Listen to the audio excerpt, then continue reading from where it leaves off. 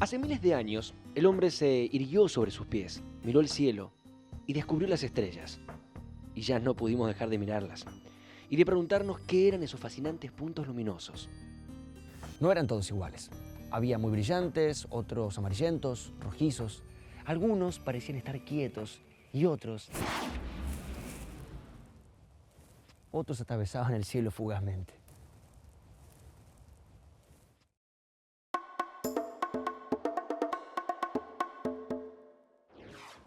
En una noche estrellada podemos trazar líneas imaginarias y formar figuras. Un dibujo de estrellas. Esto, ni más ni menos, es lo que conocemos como constelación. Todas las civilizaciones lo hacen y lo hicieron. Por ejemplo, en épocas muy lejanas de la humanidad, los hombres dibujaban constelaciones en vasijas como esta, de más de 6.000 años. Claro que no todas las civilizaciones imaginaron la misma figura con las estrellas. En el hemisferio norte, por ejemplo, hay un grupo de estrellas, 7 estrellas. Y en Norteamérica la llaman la constelación del Gran Cucharón. En Francia creyeron ver una cacerola. Para los ingleses era la constelación del Arado. Y los chinos imaginaron allí al burócrata celeste, un cobrador de impuestos que se movía sobre una nube. En Europa, en la época medieval, se lo llamaba la constelación del Carro. Los antiguos griegos y los pueblos nativos de América del Norte veían en esas estrellas la cola de la Osa Mayor. Muchas figuras para las mismas estrellas. Es que los humanos somos muy creativos. Actualmente, los astrónomos de todo el mundo están de acuerdo en referirse a 88 constelaciones. Algunas, como la Cruz del Sur, solo se ven desde el hemisferio sur, donde estamos nosotros. Otras constelaciones, como la Osa Mayor, son visibles únicamente desde el hemisferio norte. Hay 88 constelaciones, pero de esas 88, 12 son muy populares.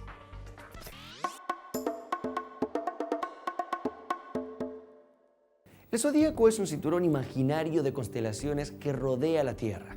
Están Acuario, Piscis, Aries, Tauro, Géminis, un montón. Las constelaciones son estrellas agrupadas por nosotros. Uniendo las estrellas con una línea, formamos un dibujo como nos parece. Pero en el universo, las estrellas se agrupan de verdad y forman las galaxias.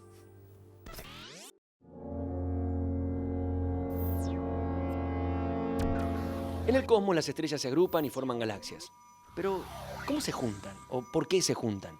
¿Todas las galaxias son iguales? No.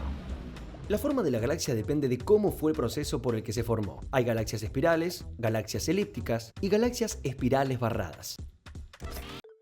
Por ejemplo, la Vía Láctea es de las que se denomina espirales y tiene la forma de un remolino. Si algo se mueve, se agita o revuelve en forma de espiral, es decir, alrededor de su centro, se produce un remolino. La Vía Láctea es nuestra galaxia, porque el sistema solar, es decir, nuestro Sol y todos los planetas que giran a su alrededor, están en uno de sus brazos. En 1845 se pudo ver por primera vez la forma de una galaxia. La que se vio fue la M51, una galaxia espiral similar a la Vía Láctea. Hay otras formas. Existen galaxias como la NGC 1365, que es una galaxia espiral barrada porque su centro, el núcleo, se ve alargado por una barra de estrellas. Hay galaxias elípticas, no giran alrededor de su centro y tienen forma de huevo. Y también hay galaxias que no tienen una forma definida, son irregulares, como por ejemplo las nubes de Magallanes. En la actualidad sabemos que las estrellas que forman las galaxias están muy alejadas unas de otras. Nos parece que están cerca solo porque están muy lejos. La perspectiva que tenemos desde la Tierra hace que las veamos más juntas entre sí.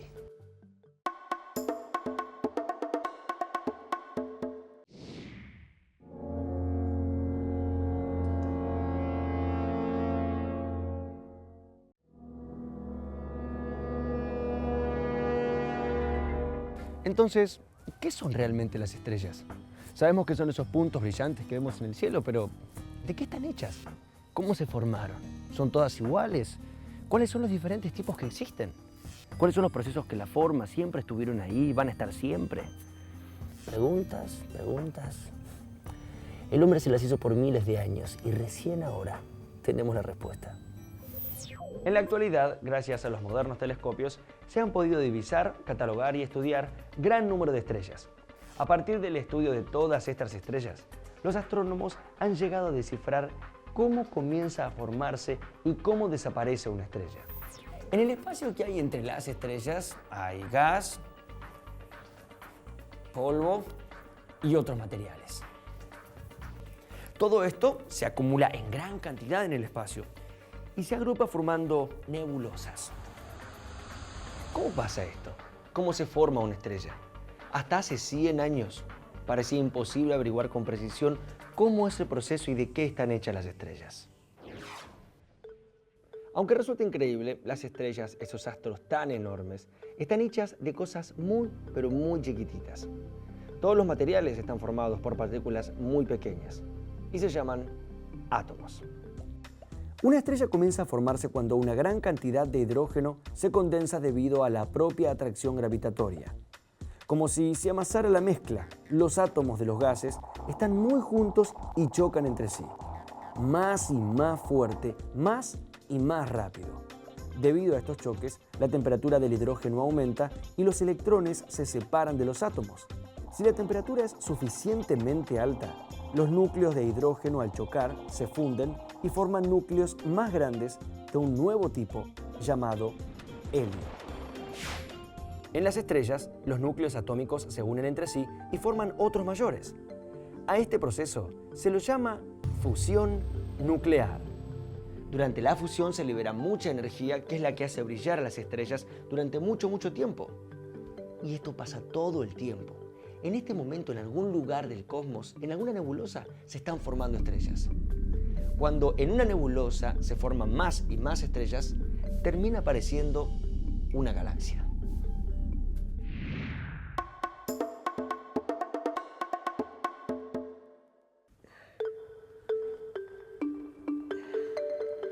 No hay caso. Cuando observamos el Sol vemos que en su superficie aparecen manchas. Manchas que cambian de formas y explosiones.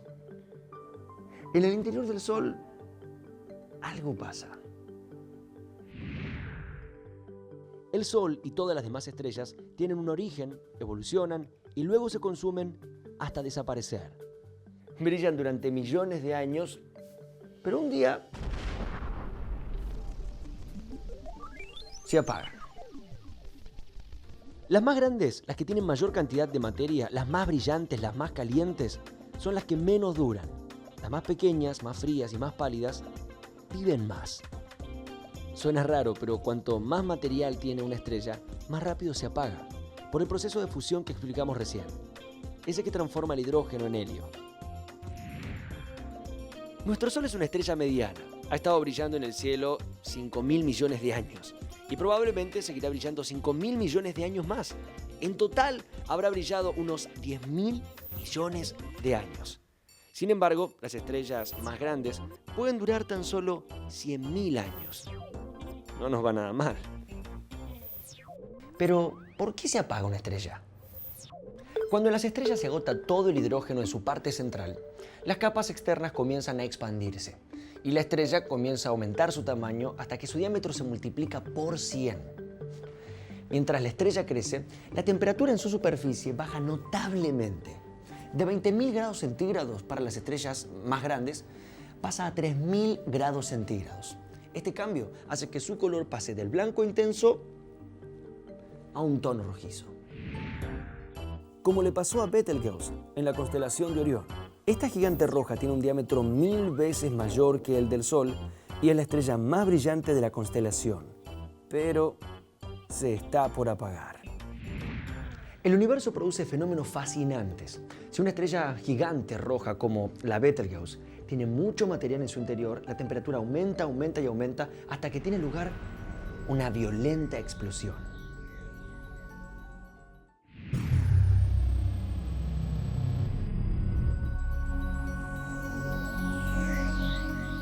Esta explosión se llama supernova. Estas estrellas son los únicos lugares donde se producen otros materiales como el hierro. Con la explosión de la supernova, estos elementos se expanden por el universo. En 1054, los astrónomos chinos observaron una supernova en la constelación de Tauro. Y lo consideraron un muy mal augurio. 500 años después, en 1572, uno de los astrónomos más importantes de esa época, el danés Tycho Brahe, pudo observar una supernova que lo maravilló. La explosión de esta supernova era tan brillante que podía observarse incluso de día. Cuando una supernova explota es mucho más luminosa que una galaxia completa. En 1987 se pudo observar la explosión de una supernova en las nubes de Magallanes. El universo y sus estrellas. Hay de todo. Lo más brillante y también lo más oscuro. ¿Escucharon hablar de los agujeros negros? Después de la explosión de la estrella, queda su núcleo. Un núcleo tan denso, tan apretado que cuesta imaginarlo. Como si un gigante tomara todo el material de una estrella y lo apretara. Quedaría tan junto y denso que una pequeña muestra del tamaño de la cabeza de un alfiler pesaría muchas toneladas. Estos núcleos pueden transformarse en agujeros negros. Los agujeros negros ya no emiten luz y su presencia solo puede ser detectada por la influencia que ejercen sobre otros cuerpos celestes.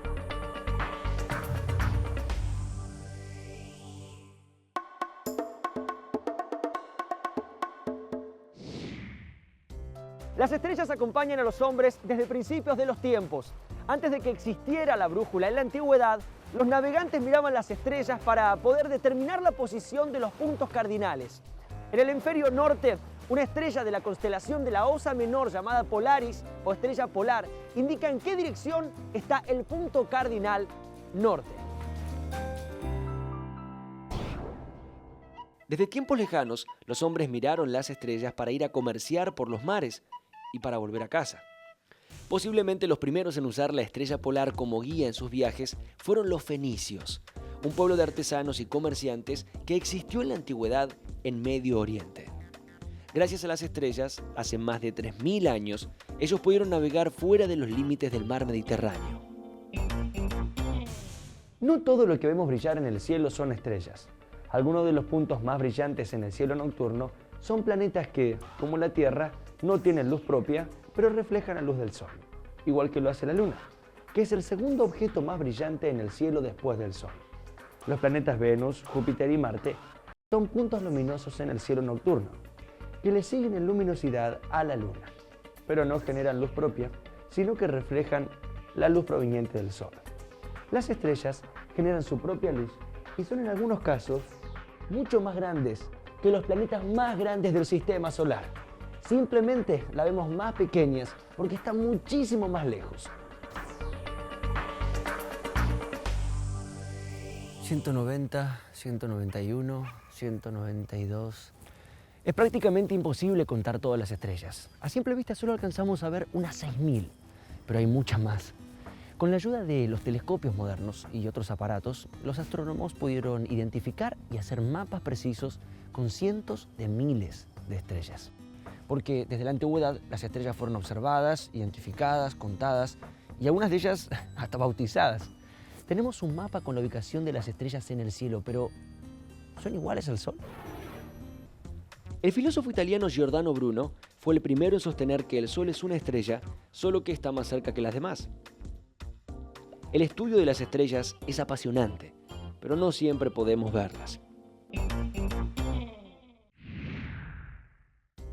Por ejemplo, en las grandes ciudades nos cuesta mucho ver las estrellas en el cielo por el smog, que es algo así como una niebla sucia y pegajosa, y la excesiva iluminación artificial interfiere con nuestra observación.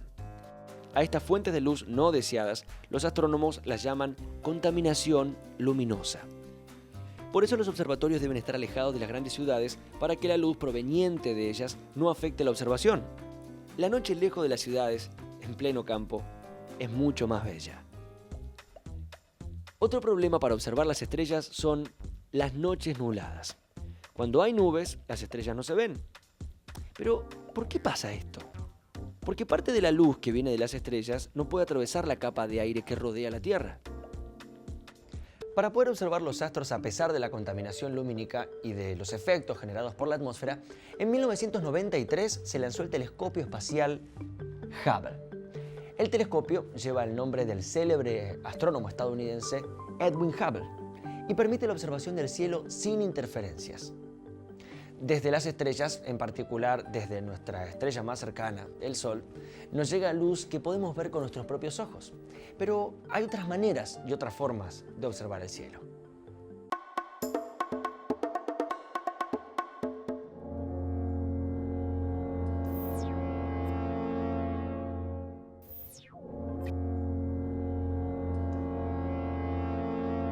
Si hacemos pasar la luz que nos llega desde el Sol a través de un prisma, veremos que se descompone en un conjunto de bandas de diferentes colores.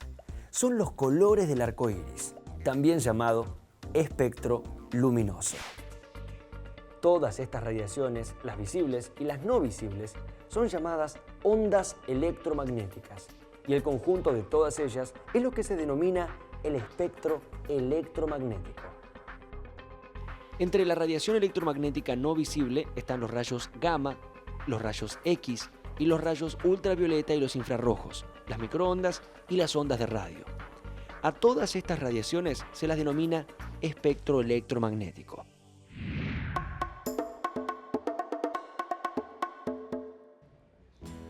Una de las radiaciones más conocidas para nosotros son las de rayos X. Cada tipo de radiación tiene características propias.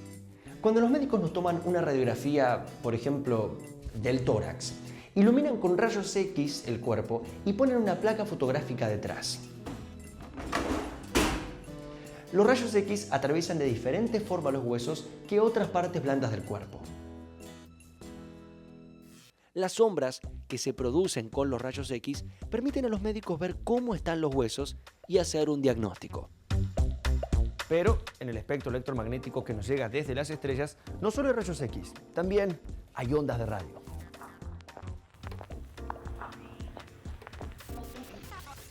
Sí, es radiación con las mismas características de la que utilizan las emisoras radiales para sus programas. Y también las galaxias emiten radiaciones como las de los hornos microondas. Y hay más, la radiación ultravioleta tampoco se puede ver a simple vista. Para registrarla hay que usar una cámara sensible a la radiación ultravioleta. Si lo hacemos, vamos a ver que el Sol emite gran cantidad de radiación de este tipo. Recién a lo largo del siglo XX, los científicos se dieron cuenta que desde las estrellas no solo llegaba luz visible, sino también radiación de todo el espectro electromagnético. Para percibir estas emisiones se necesitan sensores a cada una de ellas. Normalmente, las galaxias emiten radiación electromagnética de todos los tipos. Ondas de radio y microondas pasando por infrarrojos, luz visible y ultravioletas, rayos X y rayos gamma. Los diferentes cuerpos celestes y los variados procesos que en ellos tienen lugar emiten radiación electromagnética de diferente tipo. Por ejemplo, las supernovas emiten una gran cantidad de rayos X en relación con los que emiten otros tipos de estrellas. Con estos descubrimientos surgieron nuevas ramas de la astronomía. Los que estudian las ondas de radio que vienen del espacio son radioastrónomos. También hay astronomía de rayos X y astronomía gamma. Más y más especialistas para descifrar cómo es y cómo funciona el universo.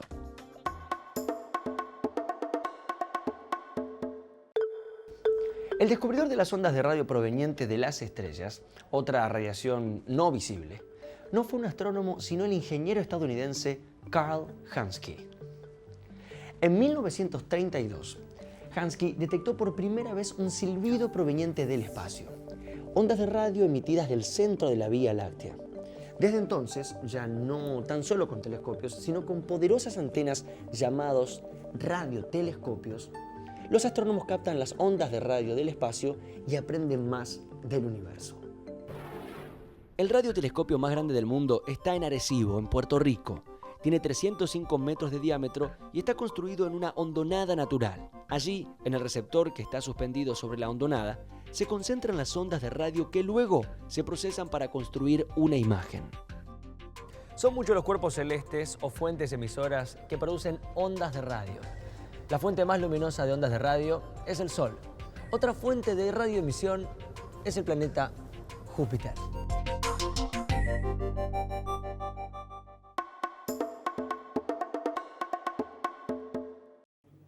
En el universo hay objetos que emiten fuertes pulsos de ondas de radio.